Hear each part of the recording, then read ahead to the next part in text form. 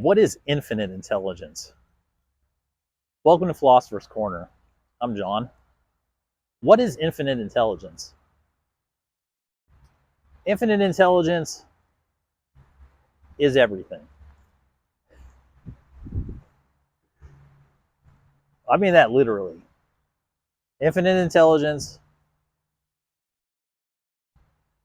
is everything. It's every piece of energy in existence. And it's in motion, and we're living in it.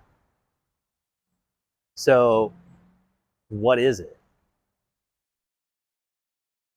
So, in my previous videos, I talk about intelligence being applied awareness. Now, in this context of infinite intelligence being everything, we'll go back to the beginning of creation. So, at that moment, the moment before life shows up, there's nothing. That's what we're working with here. And then life shows up and it expands, and we're in it. And everything in life is made from that initial pool of energy. And life is the process of all of that energy interacting with itself, becoming aware of itself, interacting with itself, and then making stuff happen.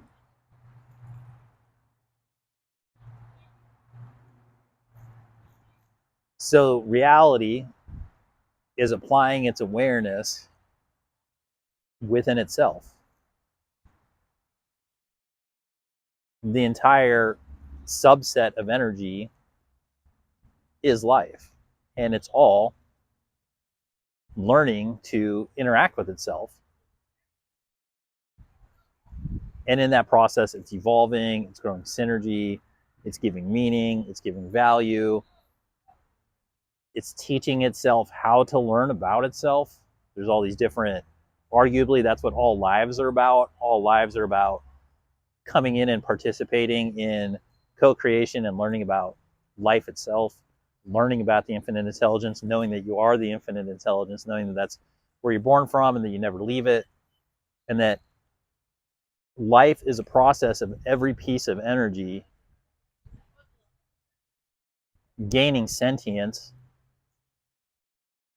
and doing so by relating to all the other pieces of energy that came from the beginning. And in that process, gaining autonomy, gaining independence, gaining awareness, gaining consciousness, activating free will, and in the process, participating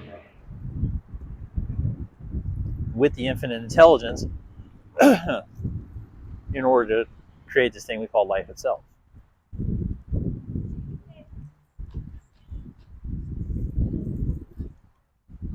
So, what are some of the practical applications of that concept, right? Infinite intelligence, I'm a piece of it, you're a piece of it, everything's a piece of it.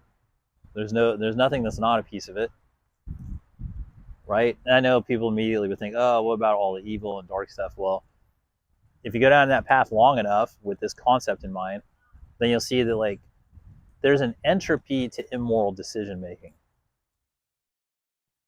And even if you extend the timeline of immoral decision making out to nearly infinity, at some point moral choices create friction and entropy, and they drain you, and they collapse onto themselves because there's just not enough energy to keep going, because those people are not they're participating in infinite intelligence, but they're denying it, and they're trying to exploit it and drain the energy they need at a distance. And that all comes out in immoral choices and terrible ethics. But eventually it's entropic. It becomes necrotic. It becomes avoiding death instead of living life.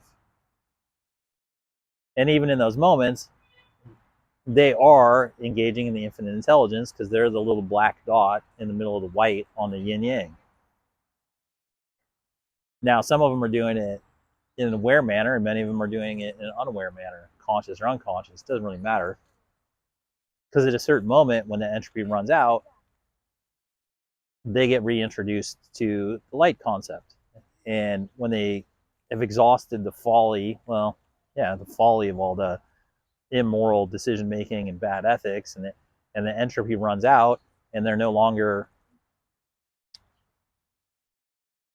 engaged in the ascension into higher realms with more information and more fulfillment and better conditions, and they're left with themselves and their own empty, barren decision making,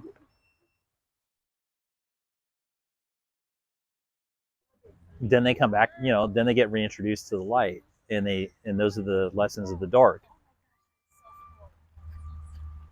So in that way, even if they're going down dark paths, they're still serving the function of the infinite intelligence. Now, even some of them get to a point where they use that as the rationalization for their immorality and bad ethics. But there's no excuse for bad behavior.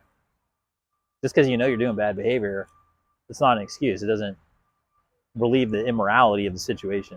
In fact, it amplifies it, because now when you've just demonstrated to the infinite intelligence that you're conscious of yourself, things get amplified. Whether it's you're conscious of doing good or you're conscious of doing bad, it gets amplified by the infinite intelligence. So at that point, you realize there's no escape from it, because you are it. And there are certain essentially laws of physics that deal with the propagation of the momentum of the energy of the choices. So when we bring it back to that, you go, okay, well, so if we're infinite intelligence, what are some of the benefits, right? Philosophically, what are the benefits of knowing that? Well, it's that in the particularly very specific to the human condition, when we become conscious and integrated and individuated, initiated, anointed, appointed, all that good stuff, and you're activated, then a human can interact with all the information in the reality around us at any given time, like we're walking around in the universe's best internet. And that anything we connect to, any relationships we develop, anything we focus into, will immediately give us infinite information that's right on point for what we need. Because in this philosophical area, like, let's assume, with no proof, just that our auric field, our aura field, which is a sphere 33 feet in diameter when it's activated, and we're going around in the universe. Let's assume that that's like our Wi-Fi antenna, and the reality itself is this sort of VR, and that our bubble, for starters, it needs to be activated and working for us to even engage in the reality. And once it is, it's taking in so much information, because that's the context of our life. The auric field, the emotional auric field, that is the context of our life that we're in. And so the information that comes into it is coming into us through the context of our field. Of that incorporates everything. All of our soul, our consciousness, our current life is all in the context of that electromagnetic field. And the information that comes in when we plug into infinite intelligence is bespoke to that.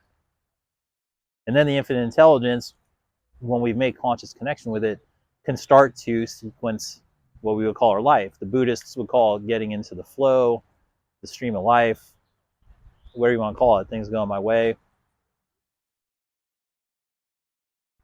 And then we enter the stream of the infinite intelligence, which is as good a way to describe life, or the ether, or whatever you want to call it, as you can. This is infinite intelligence, because we are in a moving, conscious entity. We say life like it's this thing that's like dead or something. It's not. It's literally the opposite of that. It's literally life. And it is, everything in it is moving and growing and expanding and evolving or contracting, but it's all moving. It's all waves. It's alive. There's nothing inanimate in it. Those are just frequency differences of perception to see whether things are animate or inanimate. So that means that we're inside the infinite intelligence. We're part of it and we're inside of it. And it's always going like that. So when knowing that, walking around in it, broadcasting that in the energetic field, it's responding. And that ends up being the proof in and of itself. It's a proof that every person has to do for themselves. When you know that you're inside the infinite intelligence and that you've activated yourself and that you're aware of it, and then you communicate to it that I am now open to receiving proof that this infinite intelligence is in fact infinite intelligence,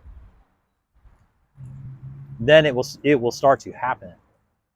That does happen. And that's been recorded hundreds and hundreds and hundreds and hundreds and hundreds of millions of billions of people throughout history. Whether their outcomes are good or bad, they come back and they say, yeah, life is interactive. It responds to my vibe. It responds to what I'm doing. It's infinite intelligence.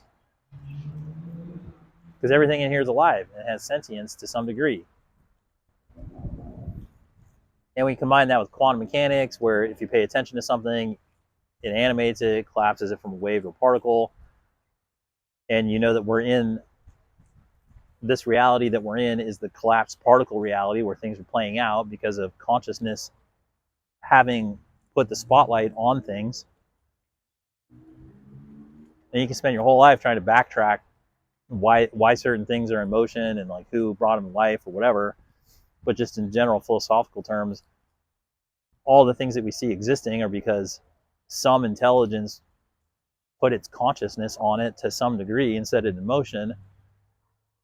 And just know that we are also that, and that we have the ability to interact with it and make things happen.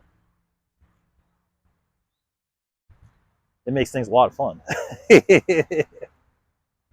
So infinite intelligence, what is it? It's life. It's the applied awareness of creation itself, interacting with itself, and all of the manifestations that are within creation are the infinite intelligence. It is life, and it's what we're all experiencing and what we're interacting with. And the more conscious we become with it, the more bespoke the manifestations and interactions are. Well, I hope you found this helpful. Thanks for spending some time at Philosopher's Corner. Have a good day and have fun.